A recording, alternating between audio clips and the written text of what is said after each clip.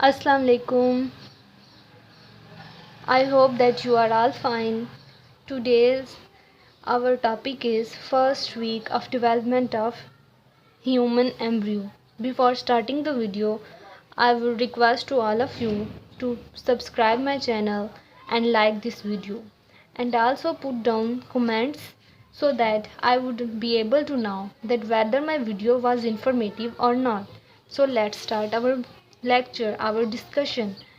First week of development of human embryo consists of cleavage of zygote. In first week, the cleavage of zygote occurs. The term cleavage means repeated division of something. So here cleavage of zygote means repeated mitotic division of zygote, and this repeated mitotic division will result in formation of a large number of cells, and these cells are known as blastomeres. The cells that are being formed as a result of cleavage will be known as blastomeres. This cleavage occurs in uterine tube and approximately 30 hours after fertilization. That means approximately one day after fertilization, cleavage of zygote starts. When zygote divides, the new cells are smaller in size. Why? Because the zygote contains zona pellucida around it. So the newly formed cells will be smaller in size because the developing human is not growing in size. You can see it here.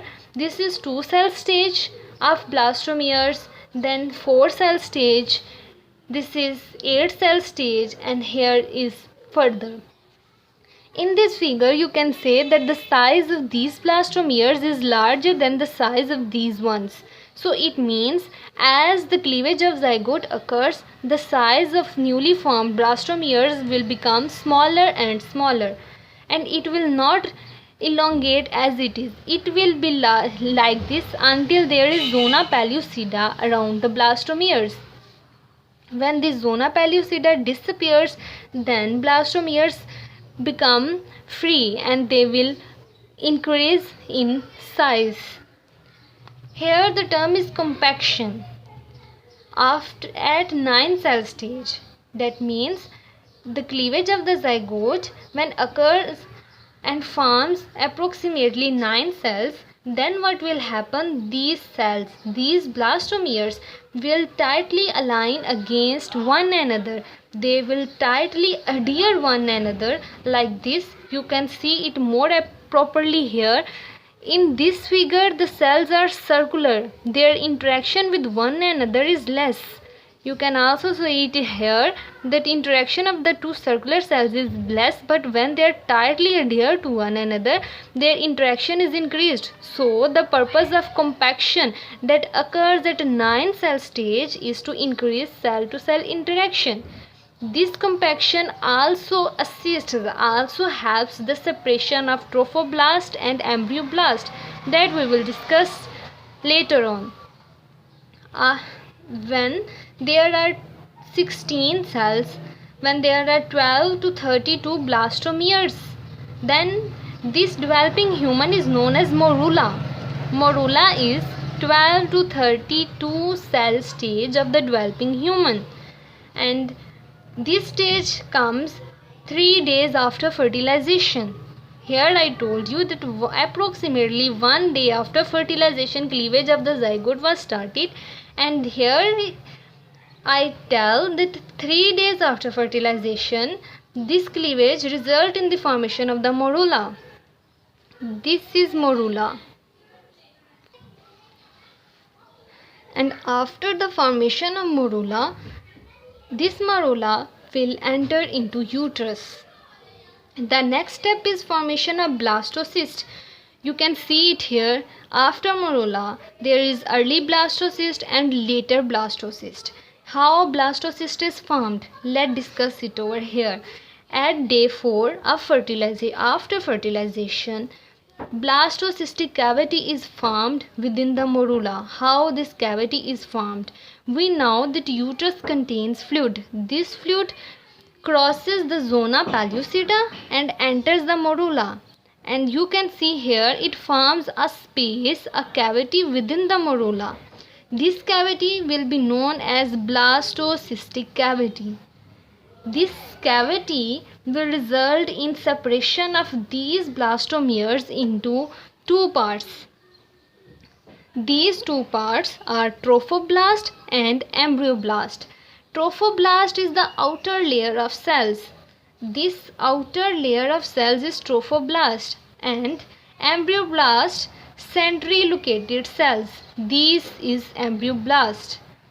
Trophoblast will form embryonic part of placenta in future. Embryoblast will form embryo in future. At this stage, the developing human is known as blastocyst. After morula, the next stage is blastocyst, and blastocyst consists of three things. One is trophoblast, this other is embryoblast, and the blastocystic cavity. This is early blastocyst, and this blastocyst will remain inside the uterus in the secretions of the uterus for about 2 days. And what will happen? Zona pellucida will be degenerated, will be disintegrated and disappeared. This is shown over here. This morula contains zona pellucida, but this and this doesn't contain zona pellucida. This means that secretions of the uterus has degenerated zona pellucida that was present around the morula, but it is no more around the blastocyst. After that, when blastocyst is formed and its zona pellucida has been shedded off, the next stage is proliferation of the blastocyst. Blastocyst will increase in size.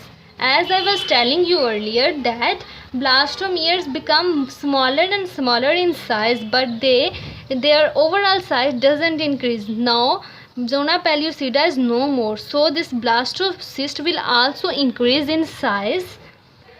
The next step is attachment to endometrium. Now this blastocyst will attach to endometrium. You can see it here. This is blastocyst consisting of trophoblast and embryoblast, and this is endometrium, and this yellow is endometrial epithelium. So after the proliferation of the blastocyst, this blastocyst will attach itself to the epithelium of the endometrium via embryonic pole. Embryonic pole is that pole where the embryoblast is present. You can see here in this figure. This is the embryoblast. So this is the embryonic pole from where the whole blastocyst is being attached to the epithelium of the endometrium. As soon as the blastocyst becomes attached to the endometrium, this trophoblast starts to proliferate and differentiate. This trophoblast will proliferate and differentiate into two parts. These two parts are cytotrophoblast and syncytiotrophoblast. Cytotrophoblast, inner part. Syncytiotrophoblast, outer part. In this figure, this yellow one is cytotrophoblast. I will show you after zooming it. So look here. This yellow one is cytotrophoblast and this pink one is syncytiotrophoblast. If we talk about syncytiotrophoblast, this is finger-like. You can see it here. Just finger-like projections are these. This is multinucleated. More than one nucleus are present within this protoplasmic mass, and it invades the connective tissue of the endometrium. It will pass through the endometrium and the connective tissue. After that, the next thing is hypoblast. This thing I will explain later on. First is hypoblast. As its name shows, hypo mean below.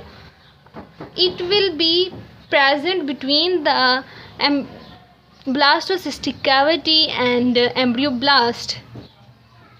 This yellow one is this yellow one is hypoblast. This layer is hypoblast. And how we will explain the hypoblast? That at day 7 after fertilization, a layer of cells will be formed on the surface of the embryoblast, not on inside the embryoblast, just on the surface of the embryoblast a layer of cells is formed, and this layer separates embryoblast from embryonic cavity, blastocystic cavity. And the other name of the hypoblast is primary endoderm. This is all that happens within the 7 days, that means first week of development. One thing about the first week of development is this, that after first week there will be superficial implantation of the blastocyst into the endometrium. You can see it here that it is superficially implanted, and that during this first week it will get its nourishment from the eroded maternal tissue. The syncytial trophoblast releases enzymes, and these enzymes will erode the maternal tissue, and thus the blastocyst, this developing embryo, will get nourishment from this eroded tissue. Now I will summarize all this, that what happened within the first week. First of all, cleavage of zygote occurred. Due to the cleavage of zygote, there was the formation of morula. Then after morula, there was the formation of blastocyst as a result of blastocystic cavity creation. This blastocyst then increased in size due to the shedding of the zona pellucida, so that it could attach with the endometrial epithelium. After attaching with the endometrial epithelium, trophoblast differentiated into 2 layers. One was the cytotrophoblast and the other was the syncytiotrophoblast. And one more thing formed in the first week was hypoblast. So this is all about first week of development. I hope so that you could understand. If you have any queries, you can ask me in the comment section, and also tell me in the comments.